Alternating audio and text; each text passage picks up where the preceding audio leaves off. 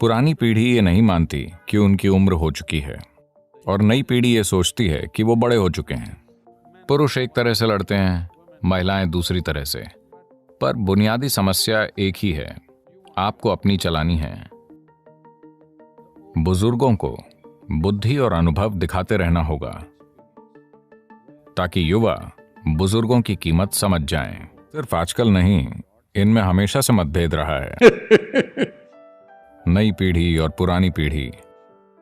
असली समस्या ये है, पुरानी पीढ़ी ये नहीं मानती कि उनकी उम्र हो चुकी है और नई पीढ़ी ये सोचती है कि वो बड़े हो चुके हैं। यही पूरी समस्या है। बूढ़े ये नहीं मानना चाहते कि वो बूढ़े हैं। युवा खुद को युवा नहीं बल्कि हर काम करने लायक बड़ा मानते हैं, पर उनकी जगह किसी और ने ले ली है। ऐसा सिर्फ इंसान ही नहीं करते, खासकर हाथियों में। आप देखेंगे कि अचानक एक युवा हाथी गुस्से में यहां वहां घूमकर चीजें उखाड़ेगा, क्योंकि उसकी एक बड़े हाथी से लड़ाई हुई है। वो अपनी जगह नहीं छोड़ रहा था, तो ये छोटा हाथी लड़ना चाहता था, पर लड़ने की ताकत नहीं थी, इसीलिए तबाही मचा रहा है। जवानी। तो इसीलिए हमने इस देश में वर्णाश्रम धर्म बनाए थे, यानी 0 से 12 वर्ष तक बाल अवस्था होगी, बस खेलना, शरीर और दिमाग का विकास। 12 से 24 ब्रह्मचर्य है, यह खुद को अनुशासित करने का समय है, शरीर और मन में डिसिप्लिन लाने का, ऊर्जाओं का विकास करके एक शक्तिशाली जीव बनने का और ज्ञान पाने का। 24 के बाद आप चुन सकते हैं। अगर आप जीवन को साफ देख पाते हैं तो हर झंझट में पड़ना जरूरी नहीं है।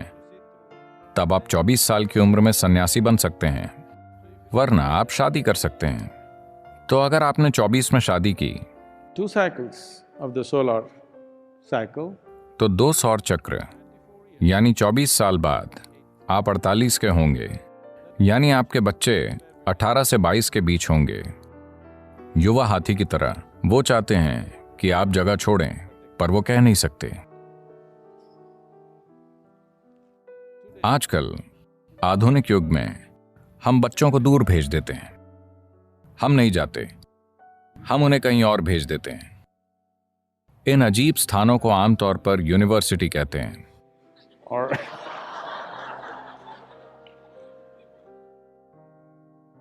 पर उन दिनों जीवन खेती के आसपास ही घूमता था। लोग घर छोड़ के दूर नहीं जा पाते थे, क्योंकि उनके जानवर और जमीन वहीं होती थी। वो कहीं और जाकर नहीं जी सकते थे, तो किसी को तो जाना था। तो 48 साल के माता पिता संन्यास ले लेते थे और अलग 2 स्थानों की ओर चले जाते थे। पति एक अलग आश्रम में जाता और पत्नी अलग में, अपनी आध्यात्मिक साधना के लिए। 12 साल 60 की उम्र में वो वापस आकर फिर से शादी करते थे। आजकल वो बाहर नहीं जाते, वो साथ ही रहते हैं और 60 साल में फिर भी शादी करते हैं।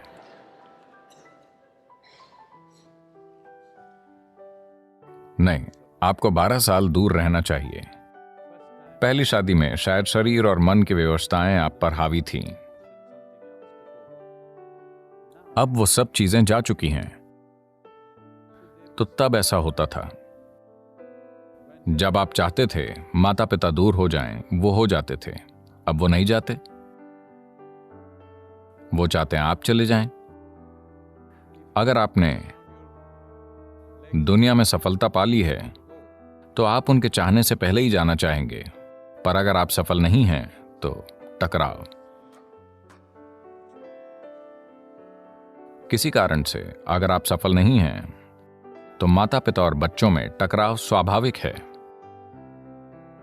आपको यह समझना चाहिए कि भावनाओं के कारण कोई खुद को माता पिता या बच्चा मानता है, पर जीवन की स्थिति यही है। मानो एक जवान हाथी और बड़ा हाथी इस बात को लेकर लड़ रहे हों कि किसकी चलेगी। पुरुष एक तरह से लड़ते हैं, महिलाएं दूसरी तरह से, पर बुनियादी समस्या एक ही है, आपको अपनी चलानी है और वो आपको ऐसा करने नहीं दे रहे। टकराव होते रहेंगे। जो बच्चे दूर रहते हैं वो हमेशा आपको प्यार करते हैं। हाँ हाँ या ना?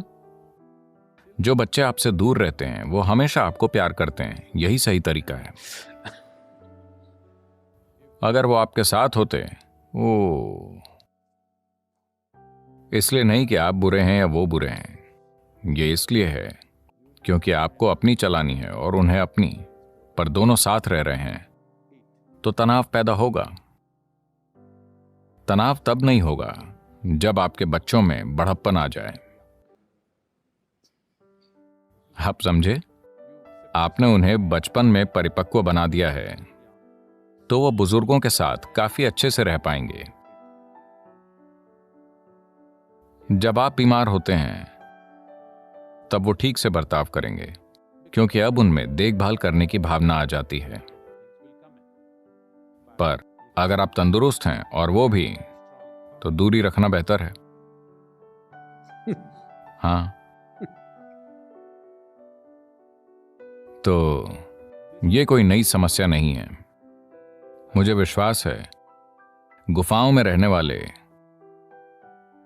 जवान और बुजुर्ग लोगों के बीच भी यही समस्या रही होगी। इसे कैसे संभाला जाए? तरीका यह है कि बुजुर्ग पीछे हटते जाएं और युवा उनकी जगह लेते जाएं। बात सिर्फ यह है कि बुजुर्गों को बुद्धि और अनुभव दिखाते रहना होगा ताकि युवा बुजुर्गों की कीमत समझ जाएं। ऐसा नहीं हुआ तो युवा आपकी इज्जत नहीं करेंगे और बुरा बर्ताव करेंगे। तो ये चीज आपको उम्र बढ़ने के साथ सीखनी होगी। आप में जीवन की समझ और परख है जो उन्हें अभी नहीं है, इसलिए वो आपका सम्मान करेंगे। तब आप एक ही स्थान में रह सकते हैं, फर्स्ट फ्लोर पे। समझदारी से आप उन्हें ग्राउंड फ्लोर पर रहने दें और खुद फर्स्ट फ्लोर पर रहें। आपको सम्मान मिलेगा। अगर आप में सम्मान लायक कुछ नहीं है और आपने बस अपनी समस्याएं और बकवास जाहिर की हैं, तो वानप्रस्थ ठीक है। मैं जानता हूं आपको इस उत्तर की उम्मीद नहीं थी, पर मैं क्या करूं? मैं कोई नेता नहीं हूं जो सही चीजें बोलूं। मैं वही कहूंगा जो सच है।